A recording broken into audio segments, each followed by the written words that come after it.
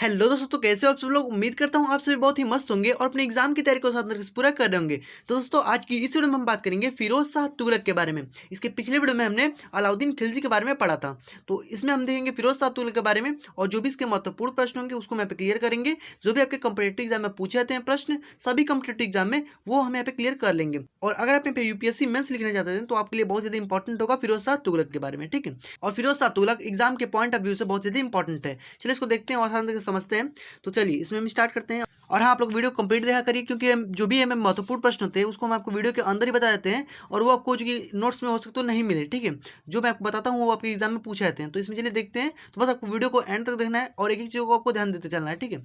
चलिए देखते हैं। तो चलिए स्टार्ट करते हैं फटाफट से। तो चलिए देख लेते हैं फिरोज शाह तुगलक के बारे में। तो यहाँ पे हम शॉर्ट नोट इसका देखेंगे और यहाँ पे एकदम ध्यान से देखिएगा, इसको समझिएगा, ओके। तो चलिए देखते हैं फिरोज शाह तुगलक के बारे में और आसानी से समझते हैं। तो देखिए, सबसे पहले फिरोज शाह तुगलक का जो शासनकाल है इसको देख लेते हैं, कब से कब तक इसका जो शासनकाल चला है, ठीक है।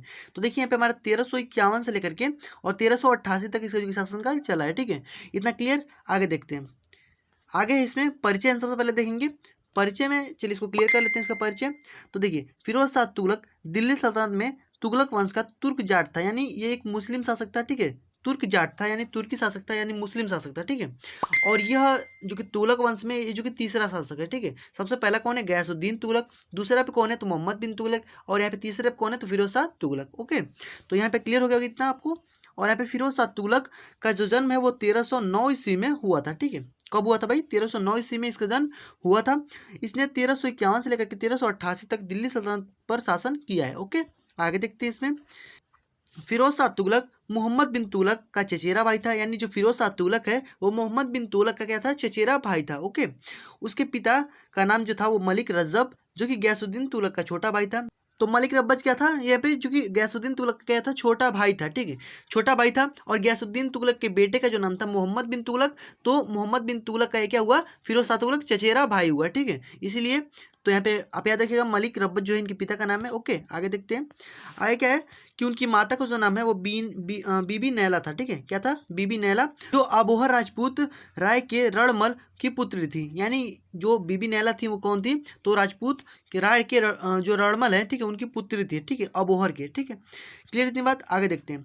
इस प्रकार फिरोज शाह तुगलक जो है वो हिंदू और मुस्लिम का खून का सम्मिश्रण था। यानी जो देखिए, सबसे पहले बात की, इनकी जो माता थी यानी जो अबोहर की राजपूत के राय के रणमल की पुत्री थी, ठीक है। यानी यह एक जो कि मतलब सुनार थी, समझ लीजिए, ठीक है। तो ये सुनार थी यानी हिंदू में आ जाती हैं। और ये एक मुस्लिम जाट था, यानी जो फिरोज शाह तुगलक है ये एक मुस्लिम जाट था।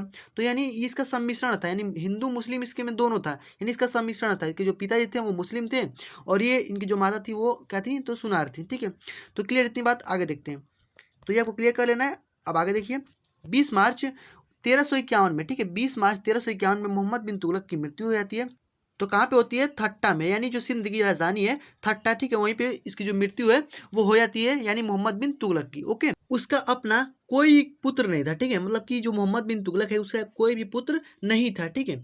उसके बाद आगे देखिए। यहाँ पर अमीरों और सरदारों ने उनके चचेरे भाई यानी जो फिरोज शाह तुगलक है, फिरोज शाह तुगलक को सुल्तान के पद पर स्वीकार करने के लिए विवश किया। यानी इन्होंने जबरदस्ती, यानी अमीर जो थे और जो सरदार थे लोग, इन्होंने कहा कि भाई चचेरा भाई है तो उसको यहाँ पे जो कि राजगद्दी दे दी जाए, ठीक है। तो इन्होंने उनको प्रेरित किया, यानी विवश से उस पर किया कि आप राजगद्दी को ले लीजिए, ठीक है। और 23 मार्च 1351 ईस्वी में यहाँ पे फिरोज शाह तुगलक यानी FST जो है, मान फिरोज शाह तुगलक शॉर्ट नेम है, राज सिंहासन पर बैठा। तो भाई कब बैठा? तो यहाँ पे राज सिंहासन पर जो कि 1351 ईस्वी में जो कि बैठा था, ठीक है। और यहाँ पे किसकी मदद से बैठा था? तो यहाँ पे अमीरों और यहाँ पे सरदारों की मदद से यहाँ पे बैठा था, ठीक है, क्योंकि ये चचेरा भाई था इसीलिए यहाँ पे इसको बैठा दिया गया, ओके। आगे देखते हैं। फिरोज शाह तुगलक की जो सैनिक अभियान थी इसको हम देख लेते हैं। चूंकि मोहम्मद बिन तुगलक के समय में जो भी यहाँ पे जो व्यवस्था थी, अर्थव्यवस्था थी, सब चीज़ एकदम मतलब डगमगा गई थी, ठीक है। सब एकदम मतलब बिगड़ चुका था, क्योंकि उसने बहुत सारी गलतियों को कर दिया था, जिसके कारण उसकी जो भी आर्थिक स्थिति थी या फिर सामाजिक स्थिति, मतलब जो भी उसका साम्राज्य था, ठीक है, वो टूटने लगा था। यानी उससे जो कि साम्राज्य जो है वो अलग होने लगा था धीरे धीरे, जो भी उसने जीता था, ठीक है। तो उसके बाद देखिए इसमें जो फिरोज शाह तुगलक है उसने सैन्य अभियान में क्या क्या किया है, ठीक है, उसको मैं देखते हैं, ओके। तो देखिए, फिरोज शाह तुगलक का जो सैनिक अभियान है इसमें देख लेते हैं कि फिरोज शाह तुगलक ने फिर उसको वापस लाने की का प्रयास किया, ठीक है। मतलब जो भी उसने मोहम्मद बिन तुगलक ने जो भी साम्राज्य को खोया था उसको फिर वापस लाने का प्रयास किया है फिरोज शाह तुगलक ने, ठीक है। चलिए देखते हैं।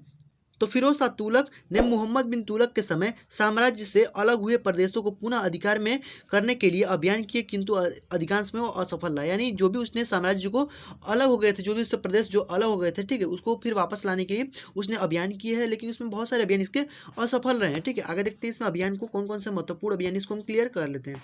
तो हम सबसे पहले देखेंगे बंगाल अभियान को। तो बंगाल अभियान हम यहाँ पे क्लियर कर लेते हैं। तो 1353 ईस्वी में कब किया था भाई? 1353 ईस्वी में बंगाल अभियान। ठीक है, और यहाँ पे एक बार 1359 ईस्वी में। ठीक है, तो 2 बार इसने किया था बंगाल अभियान में। देखते हैं इसमें, तो यानी 1353 से लेकर के 1359 तक जो कि यहाँ पे बंगाल पे इसने अभियान किया है। ठीक है, तो देखिए इसमें क्या हुआ।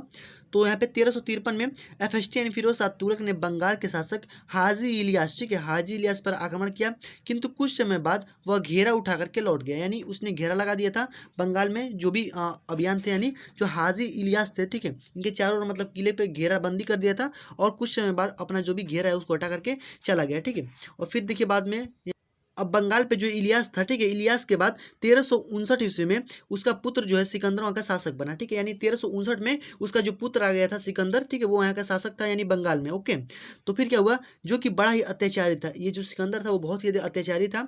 अतः फिरोज शाह तुगलक ने पुनः बंगाल पर आक्रमण किया, किंतु यह असफल रहा। ठीक है, अब क्योंकि ये बहुत ही मतलब खतरनाक था, या फिर कह सकते हैं ये बहुत ही अत्याचारी था। ठीक है, तो सिकंदर ने उसको जो कि पराजित कर दिया, यानी उस पर अब अभियान करने में, यानी बंगाल अभियान करने में यह असफल रहा। यानी फिरोज शाह तुगलक असफल रहा, बंगाल को यह नहीं जीत पाया। ओके, आगे देखते हैं।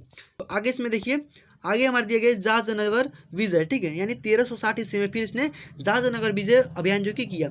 अब इसमें भाई क्या किया इसने, 1360 में फिरोज शाह तुगलक ने जहाजनगर यानी उड़ीसा में जो जहाजनगर है, ठीक है, वहाँ के कुछ अन्य नगरों पर भी अधिकार कर लिया, और पुरी में स्थित जो विख्यात जो जगन्नाथ मंदिर, आप जान रहे होंगे जगन्नाथ मंदिर को, उसको ध्वस्त कर दिया और समुद्र में फेंकवा दिया। यानी जो भी उसमें मूर्तियाँ और थी सब, ठीक है, जो भी यहाँ पे जितनी भी मूर्तियाँ थी उसको सब समुद्र में ले जाकर फेंकवा दिया। यानी सबको, जगन्नाथ मंदिर को ध्वस्त कर दिया और जो भी मूर्तियाँ थी उसको फेंकवा दिया, यानी समुद्र में। ठीक है, आगे देखते हैं। इसी प्रकार से उसने ये जो कि जहाजनगर विजय अभियान किया था ना, वैसे ही एक और अभियान इसने किया था जो कि हमारा यहाँ पे नगरकोट का था। यानी ये भी हमारा 1360 में ही किया था। ठीक है, 1360 में इसने 2 अभियान किया था, एक जहाजनगर विजय अभियान और एक नगरकोट अभियान। ठीक है, इसमें क्या था नगरकोट में कि उसमें भी जो कि ज्वालामुखी मंदिर जो था ना, उसमें जो भी मूर्तियाँ थी उसको जो कि तोड़वा दिया, मतलब जो भी उसको ध्वस्त करवा दिया, और जो भी उसमें मूर्तियाँ थी, मूर्तियों में क्या किया कि जो गाय है जो उसके मांस को लपेट करके उसमें और ब्राह्मणों के थैलों में लेकर रख दिया। ठीक है, और जो भी ब्राह्मण है उनको जो कि इराक में भेज दिया। यानी जो, और आपको पता होगा मदीना जो है कितना ज़्यादा धार्मिक स्थल है। ठीक है, तो वहाँ पे उसने जो कि मांस में लपेट करके मतलब मूर्तियों को और वहाँ पे भिजवा दिया। ठीक है, यानी जो भी वहाँ पे ज्वालामुखी मंदिर थे उसकी मूर्तियों को। ठीक है, तो नगरकोट वाला आप याद रखिएगा। ठीक है, दो जो कि हैं हमारे यहाँ पे जो कि 1360 में जो कि हुआ था अभियान। ठीक है, आगे देखते हैं। तो आगे हमारे यहाँ पे थट्टा विजय। ठीक है, थट्टा विजय हम देख लेते हैं जो कि सिंध में हुआ था। ठीक है, तो थट्टा विजय में फिरोज शाह तुगलक ने सिंध की राजधानी जो थट्टा थी उस पर आक्रमण किया। वहाँ के शासक जाम ने उनका डटकर के सामना किया, यानी फिरोज शाह तुगलक का डटकर के सामना किया। कौन भाई? तो यहाँ पे जाम ने। ठीक है, तो इन्होंने जो कि डटकर के सामना किया, और फिरोज शाह तुगलक ने जाम पर आक्रमण करके उन्हें परास्त कर दिया और अपनी अधीनता स्वीकार करा करके उन्हें विवश कर दिया। यानी तो एक थट्टा विजय के दौरान जो कि जो भी फिरोज शाह तुगलक के जो सैनिक थे, ठीक है, उनके बीच में महामारी फैल गई, यानी बीमारी उमारी हो गया। ठीक है, तो इसके कारण वहाँ के जो भी सैनिक थे वो मतलब कमजोर पड़ने लगे। फिर बाद में चल करके वहाँ पे आगे मतलब फिर यहाँ पे दिल्ली से जो कि उन्होंने अपने सैनिकों को मंगवाया, और यहाँ पे फिर उसने थट्टा पर यहाँ पे विजय प्राप्त किया। यानी किसको परास्त किया? तो यहाँ पे जो जाम के मतलब जाम को यहाँ पे परास्त कर दिया और यहाँ पे उनको विवश कर दिया, यानी अधीनता उनको स्वीकार करा दिया। ठीक है, उसके बाद से क्या हुआ कि सिंध पर आक्रमण से साम्राज्य को जो बहुत ही जन धन की हानि हुई। ठीक है, मतलब जब सिंध पे इसने आक्रमण किया तो यहाँ पे बहुत ही जन धन की इसको हानि हुई, क्योंकि यहाँ पे बहुत सारी बीमारी के कारण जो कि जन भी मारे गए थे। ठीक है, और उसको धन भी बहुत ज़्यादा उसको हानि हुआ था। ठीक है, क्योंकि यहाँ पे उसको लड़ने में ना बहुत ज़्यादा उसको धन की मतलब हानि हो गई थी। ठीक है, आगे देखते हैं। और जिससे फिरोज शाह तुगलक की विवेकहीनता और यहाँ पे अयोग्यता का प्रमाणित होती है। यानी इसके कारण मतलब जब इसने इस पे आक्रमण किया था, इससे पता चल जाता है ना कि ये जो फिरोज शाह तुगलक था ये भी थोड़ा विवेकहीन था और ये थोड़ा मतलब अयोग्य था। ठीक है, मतलब इसको देखिए दो तरीके से जानते हैं। ये जो फिरोज शाह तुगलक है इसको दो तरीके से जानते हैं। एक तो इसको क्रूरता के मतलब हिसाब से जानते हैं। ठीक है, और एक है इसके मतलब इसने बहुत सारे निर्माण कार्य को करवाया है, बहुत सी अच्छी चीज़ों को बनवाया है। ठीक है, तो उसके लिए इसको जाना जाता है। ठीक है, यानी दो चीज़ों का कारण इसको फिरोज शाह तुगलक को जाना जाता है, और इसमें कुछ है नहीं खास। ठीक है, देखते हैं आगे इसमें। आगे क्या इसमें फिरोज शाह तुगलक के हम सुधार देख लेते हैं और इसको शासन प्रबंध को बात कर लेते हैं। ठीक है, तो देखिए फिरोज शाह तुगलक के सुधार और यहाँ पे शासन प्रबंध की बात कर लेते हैं। तो सबसे पहले देखिए, इसको ध्यान से देखिएगा, इसी से आपके प्रश्न जो है वो बनते हैं। ठीक है, देखिए, फिरोज शाह तुगलक अपने चाचा मोहम्मद बिन तुगलक या फिर मोहम्मद तुगलक भी कह सकते हैं, ठीक है, के विवेकहीन कार्यों से दुखी अन्य लोगों को संतुष्ट करने का प्रयास किया। ठीक, तो मोहम्मद बिन तुगलक के समय जो लोग थे वो बहुत ज़्यादा उसको मतलब दुखी थे। वो कब सोच रहे थे कि कभी मोहम्मद बिन तुगलक जो कि मर जाए, ठीक है, मतलब कि उसने बहुत ज़्यादा अत्याचार किया, तो उसके कारण वो बहुत ज़्यादा दुखी रहते थे। तो उसको फिर फिरोज शाह तुगलक उसको मतलब सही करने के लिए, उसको सही ढंग से फिर चलाने के लिए उसने बहुत सारे ऐसे ऐसे कार्य किए अच्छे अच्छे। आगे देखिए इसमें क्या क्या किया है उसने, कि उसने सारे जो सरकारी जो ऋण थे उसको माफ़ कर दिया, यानी जो भी यहाँ पे ऋण लगाए गए थे मोहम्मद बिन तुगलक के द्वारा, ठीक है, उसको यहाँ पे सब माफ़ कर दिया। ठीक है, अब चूंकि यहाँ पे देख सकते हैं कि मोहम्मद बिन तुगलक ने जब गंगा जमुना के जो दुआवा वाले क्षेत्र है वहाँ पे जब अकाल पड़ा हुआ था, तो वहाँ पे उसने जो कि मोहम्मद बिन तुगलक ने वहाँ पे टैक्स लगा दिया था, यानी टैक्स बढ़ा दिया था, जिसके कारण उसको मतलब बहुत सारे मतलब कि लोग क्रोधित हो गए। अब भाई एक तो अकाल पड़ा हुआ है उसमें आप जो कि टैक्स बढ़ा रहे हैं, तो भाई अब भाई उनको दिक्कत नहीं होगा, तो इसलिए इसने सरकारी जो भी यहाँ पे मतलब कार्य थे उस पर ऋण जो कि माफ़ कर दिया है लोगों को, मतलब बहुत ज़्यादा अब आसानी हो गई। ठीक है, ऋण को माफ़ करने के बाद और उसने क्या किया है कि नहरों का जाल बिछा दिया। देखिए आपसे पूछता है कि नहरों का जाल किसने बिछाया, ठीक है, तो फिरोज शाह तुगलक ने बिछाया था। तो इसमें आपसे ये क्वेश्चन पूछेगा कि नहरों का जाल किसने बिछाया था, ठीक है, तो नहरों का जाल है वो फिरोज शाह तुगलक ने बिछाया था। और आपसे पूछेगा कि कृषि के लिए नहर का निर्माण किसने करवाया था, तो गयासुद्दीन तुगलक ने सबसे पहले नहर निर्माण करवाया था। ठीक है, तो ये आपको क्लियर हो गया, तो गयासुद्दीन तुगलक ने नहर निर्माण करवाया था और जो फिरोज शाह तुगलक है इसने नहरों का पूरा जाल बिछा दिया, यानी नहर ही नहर पूरा एकदम कर दिया। ठीक है, आगे देखते हैं, तो ये आप याद रखिएगा। और फिरोज शाह तुगलक ने 300 से ज़्यादा शहरों की स्थापना की, इसको आप याद रखिएगा। फिरोज शाह तुगलक ने किसकी स्थापना की है, तो 300 से ज़्यादा शहरों की स्थापना किया है। ठीक है, और 1200 से ज़्यादा जो कि बाग बगीचों का निर्माण करवाया है। ठीक है, तो 1200 से ज़्यादा बाग बगीचे और 300 से ज़्यादा शहरों की स्थापना किया है। ठीक है, और इसने क्या किया है कि फिरोज शाह तुगलक ने जौनपुर शहर की स्थापना की। ठीक है, जौनपुर आप जान रहे होंगे, पहले पहले के समय में जौनपुर जो था वो एक शिक्षा का सिराज माना जाता था, यानी शिक्षा का वो केंद्र था जौनपुर। ठीक है, उसकी उसने स्थापना किया है फिरोज शाह तुगलक ने। ठीक है, आगे देखते हैं इसमें, ये आप देखिए नोट करते चलिएगा यहाँ पे मतलब आपको पीडीएफ तो मिल जाएगा, वैसे आपको मतलब कि ये जो कि अपने दिमाग में बैठाते चलिएगा। ठीक है, इसी से आपके प्रश्न बनते हैं।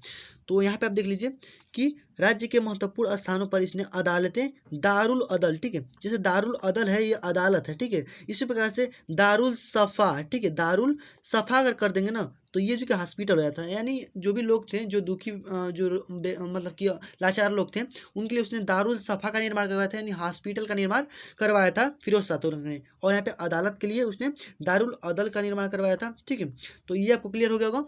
और इसने दान करने के लिए दीवाने खैरात की स्थापना को किया था। ठीक है, तो आगे देखते हैं, आप याद रखिएगा, दारुल अदल, दारुल सफ़ा और दीवाने खैरात। ठीक है, तो इसको आप याद रखिएगा। आगे देखते हैं इसमें आगे क्या है कि फिरोज शाह तुगलक जो है वो साधारण और निर्धन जनता के लिए आधी जीतल और चौथाई जीतल के सिक्के चलवाए। ठीक है, जो कि बहुत ही कम में मूल्य के थे, यानी जो फिरोज शाह तुगलक था उसने कम में मूल्य के जो कि सिक्कों को चलवाया था, यानी जीतल टांका, ठीक है, ये सब जो भी है इसके जो कि सिक्कों को चलवाया था। ठीक है, अभी मैं आपको यहाँ पे दिखाऊंगा कि सिक्के कैसे थे। और मोहम्मद बिन तुगलक ने क्या किया था कि जो भी सिक्के थे उसकी जो वैल्यू है उसको बढ़ा दिया था, यानी सिक्का जो है उसकी वैल्यू मान लीजिए 30 है। अब हम लोग क्या है भाई, 1 रुपये का सिक्का होता है, 2 रुपये का सिक्का होता है, 10 रुपये का सिक्का होता है, लेकिन उसने वैल्यू को बहुत ज़्यादा बढ़ा दिया था। ठीक है, और उस पर जो डिजाइन थे सब ना, डिजाइन एकदम मतलब कि सरल था, जिसके कारण क्या हुआ कि जो भी वहाँ के लोहार थे सब एकदम मतलब कि बोरा भर भर के पूरा यहाँ पे अपना सिक्का जो कि बना लिए सब। ठीक है, और पूरा एकदम रात भर में अमीर हो गए सब। अब भाई आसान आसान डिजाइन रहेगा तो उस पर उनको कम खर्च में अच्छा अच्छा मतलब सिक्का उन्होंने बना लिया सब एकदम सिक्कों को एकदम सेम टू सेम। अब इसके कारण इनकी जो अर्थव्यवस्था है वो गड़बड़ हो गई।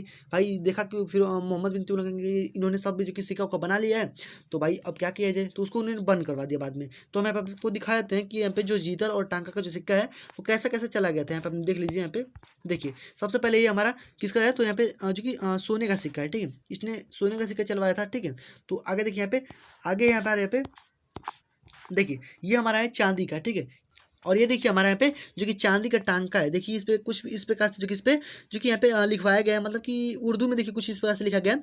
तो यहाँ पे हमारा जो कि किसका है, तो चांदी का टांका है, उसी प्रकार से हमारे यहाँ पे देखिए यहाँ पे यहाँ पे है, देखिए हाँ ये हमारा जीतल है। ठीक है, ये हमारा जीतल जो था वो तांबे का था। ठीक है, तो तांबे का हमारा जीतल था। ठीक है, तो आई होप आपको क्लियर हो गया होगा। तो टांका जो था वो हमारा चांदी का था और जो जीतल था वो हमारा तांबे का था। ठीक है, तो इतना आपको क्लियर, तो ये आप तीनों चीज़ को देख लीजिएगा। तो इसने टांका, जीतल, ठीक है, और सोने के सिक्कों को चलवाया था। ठीक है, उसके बाद हम बात कर लेते हैं यहाँ पे, देखिए उसके बाद से यहाँ पे देख लेते हैं हम, तो अब देखिए फिरोज शाह तुगलक ने हरियाणा के टोपरा अभिलेख, ठीक है, हरियाणा के टोपरा अभिलेख और मेरठ के अशोक स्तंभ को दिल्ली ले आया है, ठीक है। कहाँ पे ले आया, यानी जो भी यहाँ पे टोपरा अभिलेख था और जो मेरठ का जो अशोक स्तंभ है इसको दिल्ली में लेकर के आ गया था, ठीक है। अभी हम आपको आगे दिखाएंगे। और इसने कोटला किला की स्थापना की, ठीक है, कोटला किला। अभी हम आपको दिखाते हैं कोटला किला यहाँ पे कहाँ पे, देखिए यहाँ पे कोटला किला की स्थापना की और जो मेरठ का जो अशोक स्तंभ था उसको दिल्ली लेकर के आया था। देखिए यहाँ पे कोटला किला है, ठीक है। ये हमारा जो तुगलकाबाद शहर था ना, वहीं पे इसने कोटला किला की जो स्थापना को किया था, यानी पहाड़ी इलाका था। देख सकते हैं आप इधर सब ये पहाड़ है, देखिए यहाँ पे सब ये पहाड़ी पे इसने बनवाया था, ठीक है, कोटला किला को, ठीक है। तो इस पे ये उसका जो कोटला किला था। और यहाँ पे आपको दिखा देते हैं। और ये देखिए हरियाणा का टोपरा अभिलेख है, ठीक है, ये हमारे यहाँ पे आप देख सकते हैं, ठीक है। टोपरा अभिलेख को इसने दिल्ली लेकर के आया था, ठीक है। तो आई होप आपको क्लियर हो गया होगा, अपने चित्र के माध्यम से भी इसको देख लिया, ठीक है। तो ये हमारा टोपरा अभिलेख है, ये हमारा कोटला किला है। ओके, चलिए आगे देखते हैं। इसमें देखिए यही सब आपसे प्रश्न पूछे जाते हैं एग्जाम में, ठीक है, आप ध्यान देते चलिएगा इसको। अब देखिए इसने क्या किया है कि तो देखिए अब इसने क्या किया कि हिंदुओं के एक ग्रंथ है, यानी एक ग्रंथ को, देखिए वैसे तो हिंदुओं के जो ग्रंथ हैं वो 1300 से भी ज़्यादा ग्रंथ है, ठीक है, 1300 ग्रंथ हैं। तो उसमें से केवल एक ग्रंथ को इसने फारसी भाषा में अनुवाद कर दिया ताकि और भी लोग इसमें जुड़ सकें, हिंदू में जुड़ सकें। तो चूंकि जो फिरोज शाह तुगलक था वो एक मुस्लिम जाट था, ठीक है। तो जब इसने फारसी भाषा में अनुवाद कराया तो मुस्लिमों को लगने लगा ना कि ये जो कि इसको मतलब और भी ज़्यादा विस्तार करना चाहता है ताकि और भी इसमें लोग जुड़ सके, तो जो भी हिंदू थे वो इसमें जुड़ सके, ठीक है। तो अब भाई इस प्रकार से मुस्लिम जो कि विद्रोह करने लगे कि भाई इसको इस प्रकार से फारसी भाषा में अनुवाद न किया जाए, ठीक है। तो अब भाई इसने देखा कि भाई इतना मतलब कि अब ये गड़बड़ हो जाएगा बात, ठीक है। तो इसने क्या किया कि ब्राह्मणों पे, यानी जो हिंदू ब्राह्मण थे उस पर जजिया कर लगा दिया कि ताकि इनको ये ना हो सके कि ये जो कि हिंदुओं का पक्ष ले रहा है, ठीक है। मतलब कि ये इन्होंने ये साबित करना चाहता था कि ये हिंदुओं का पक्ष नहीं ले रहा है, ठीक है। ताकि इसने बस फारसी भाषा का अनुवाद इसलिए कराया ताकि और भी लोग इसमें जुड़ सके, ठीक है। और भी इसका कोई मकसद नहीं था अलग से कि नहीं इसमें और भी कुछ भी हो सकता है, ठीक है। तो आपको इसमें ये याद रखना है कि इसने ब्राह्मणों पे क्या किया है कि जजिया कर को लगाया था, ठीक है। और इसने हिंदू के जो एक ग्रंथ है उसको फारसी भाषा में अनुवाद किया था, ठीक है। आगे देखते हैं आगे क्या इसमें कि इसके पास जो थे वो 1.8 यानी 1,08,000 जो कि केवल दास थे सब, ठीक है। 1,08,000 क्या थे, सब दास थे। यानी सबसे अत्याधिक दास अगर पूछेगा कि सबसे अत्याधिक जो दास हैं वो किसके पास थे, तो यहाँ पे जो फिरोज शाह तुगलक है इसके पास जो कि सबसे ज़्यादा दास थे सब, ठीक है, 1,08,000 दास, ठीक है।